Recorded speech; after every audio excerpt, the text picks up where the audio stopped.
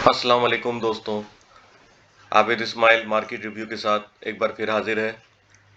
अच्छा, अगर कल के सेशन की बात करें तो कल का सेशन काफ़ी डल एक्टिविटी देखी गई।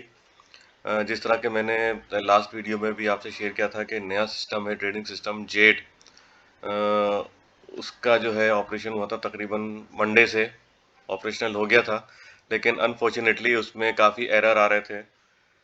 इसी वजह से हमने जो है लास्ट इससे पिछले सेशन में काफ़ी कम वॉल्यूम विटनेस किए। लेकिन अगर कल के सेशन की बात करें तो लास्ट सेशन के मुकाबले में कल के सेशन में तकरीबन वॉल्यूम काफ़ी इंक्रीज हुआ, 21 मिलियन का इंक्रीज विटनेस किया।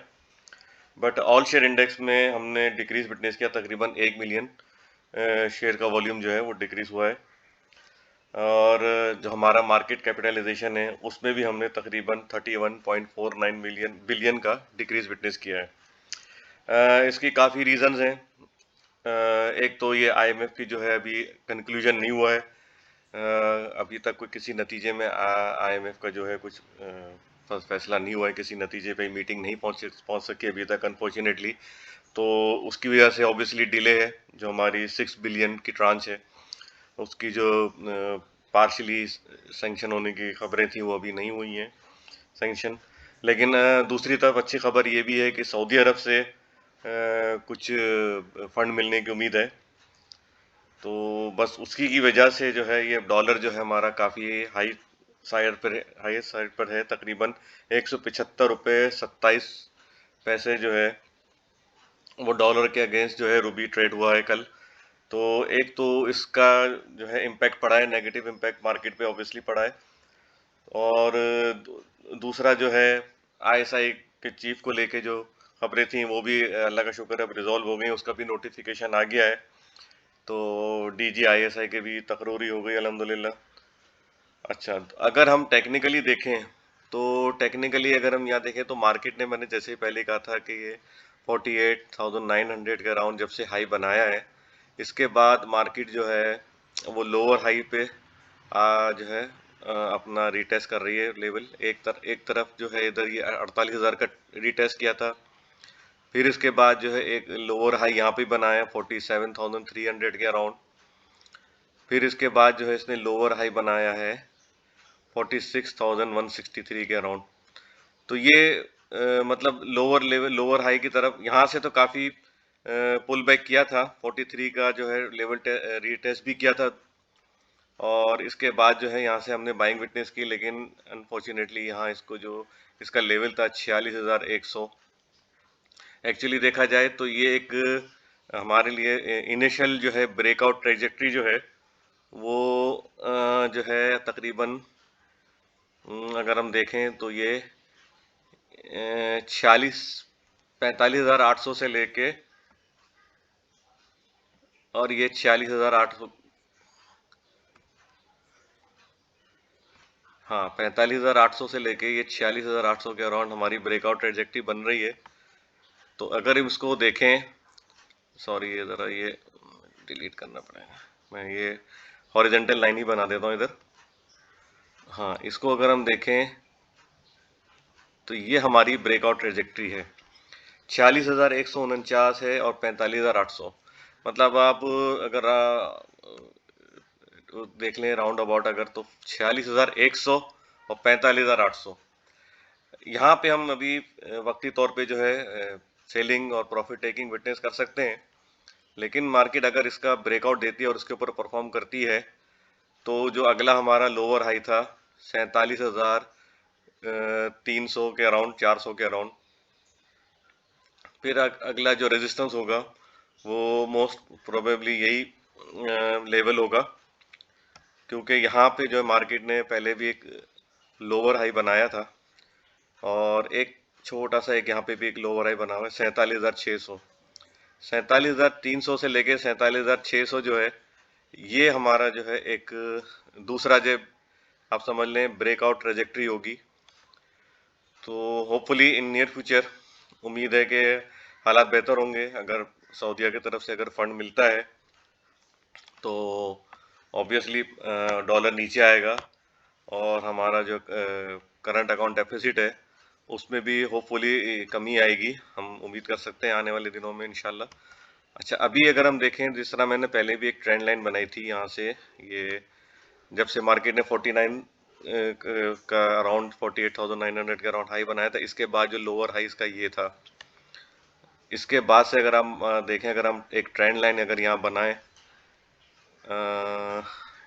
ये अगर हम देखें तो अभी फिलहाल देखें तो एक ये मेजर ट्रेंड लाइन, अभी हम इसी को कंसीडर करते हैं। तो इसको देखें, अनफॉर्चुनेटली मार्केट इसी के नीचे परफॉर्म कर रही है, इसको अभी ब्रेक नहीं कर पा रही है। अभी हम अगला रेजिस्टेंस देखें डेली चार्ट पे, तो तकरीबन यही लेवल आ रहा है, 45,800 जो है ये लेवल आ रहा है। तो इसका इनिशियली ब्रेकआउट होना ज़रूरी है, और फिर इसके बाद जो है ये ब्रेकआउट ट्रेजेक्टरी में अगर ये परफॉर्म करता है, साइडवेज भी होता है लेवल, तो इसके बाद इंशाल्लाह उम्मीद है कि ये इसको भी ब्रेकआउट कर जाएगा, 46,100 को भी। अच्छा, अगर हम वीकली चार्ट के हिसाब से देखें, अभी तो वीकली चार्ट तो भी नहीं होगा, लेकिन फिर भी अगर हम देखें तो वीकली चार्ट में जो है ये काफ़ी जो है कोशिश है कि ये इसको ब्रेक कर दे। इस वीक में उम्मीद है, अगर इस वीक की क्लोजिंग 45,800 के ऊपर आती है तो उम्मीद है कि हम इसमें मजीद अपसाइड देख सकते हैं। बाकी अगर डाउन साइड पे देखें तो डाउन साइड पे जैसे पहले मैंने बताया था 45,300 और 45,200, ये मतलब प्लस माइनस 100 जो है ये एक अच्छा लेवल है। लेकिन अगर देखें तो यहाँ पर जो है मार्केट ने 2 दफ़ा रीटेस्ट किया था, जब मार्केट अगर ये लोअर हाई बना के जब नीचे आ रही थी, तो यहाँ से इसने यहाँ पे जो है 44,900 या 45,000 के अराउंड जो है इसको रीटेस्ट करके वापस 43 पे आई थी। फिर इसके बाद अगेन इस लेवल को रीटेस्ट किया था। तो एक ये लेवल जो है एक क्रिटिकल लेवल है, 44,900, 45,000। हो सकता है कि मार्केट इसको रीटेस्ट करे। अगर इसको रीटेस्ट करती है और क्लोजिंग इसके ऊपर आती है तो मज़ीद हम इसमें अब देख सकते हैं कि अपसाइड है, क्योंकि यहाँ पे हम ये लेवल हमारे लिए फिर जो है एक अच्छा स्ट्रॉन्ग सपोर्ट लेवल बन जाएगा, और यहीं से जो है इस लेवल को जो है बाइंग अपॉर्चुनिटी समझ के लोग इन्वेस्टर जो है यहाँ पे इस लेवल पे बाइंग कर रहे हैं। तो ये एक अच्छा बाइंग लेवल है, 45,000, 44,900। अच्छा, अगर हम स्पेसिफिक स्टॉक की बात करें, जिस जिस तरह मैंने पहले भी एक स्टॉक आपको दिया था, पीपीएल के हवाले से बात की थी कल मैंने, तो इसी तरह आज जो है मैं जीएचएनएल, जिस तरह मैं पहले भी कहता रहा हूँ कि ऑटो सेक्टर अच्छा है, बहुत ही समझें लो आरएसआई है, अंडर वैल्यूड है, ओवरसोल्ड जोन में जो है वो ट्रेड कर रहा है। अभी भी यहाँ भी आगे देखें तो मैंने ये एक वीकली चार्ट बनाया है, उसमें एक जो है ये ग्रेव स्टोन डोजी फॉर्म हुआ है। इसका मतलब है कि यहाँ पर जब सेलर जो है अब मज़ीद जो है सेलिंग के लिए तैयार नहीं है, बल्कि यहाँ पर जो है एक अच्छा बाय लेवल बनता है।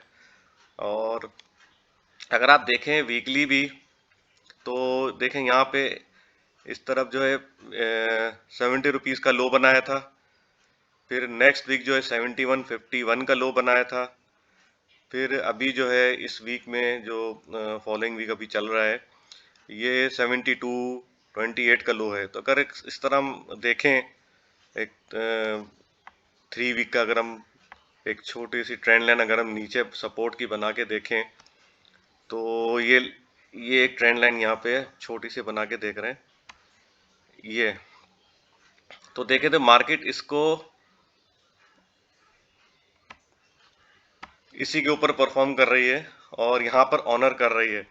तो अगर इसको हम देखें तो नेक्स्ट सपोर्ट लेवल जो है वो 72, 60, 70 के अराउंड नज़र आ रहा है। तो यहाँ पे मैं तो रिकमेंड करता हूँ कि यहाँ पे जीए चैनल को बाय करना चाहिए, और इसका जो हमारा जो टारगेट होगा इनिशियल जो ट्रेडर के लिए है वो 89 के अराउंड है, वो वहाँ पे ऑब्वियसली प्रॉफिट टेकिंग कर सकते हैं।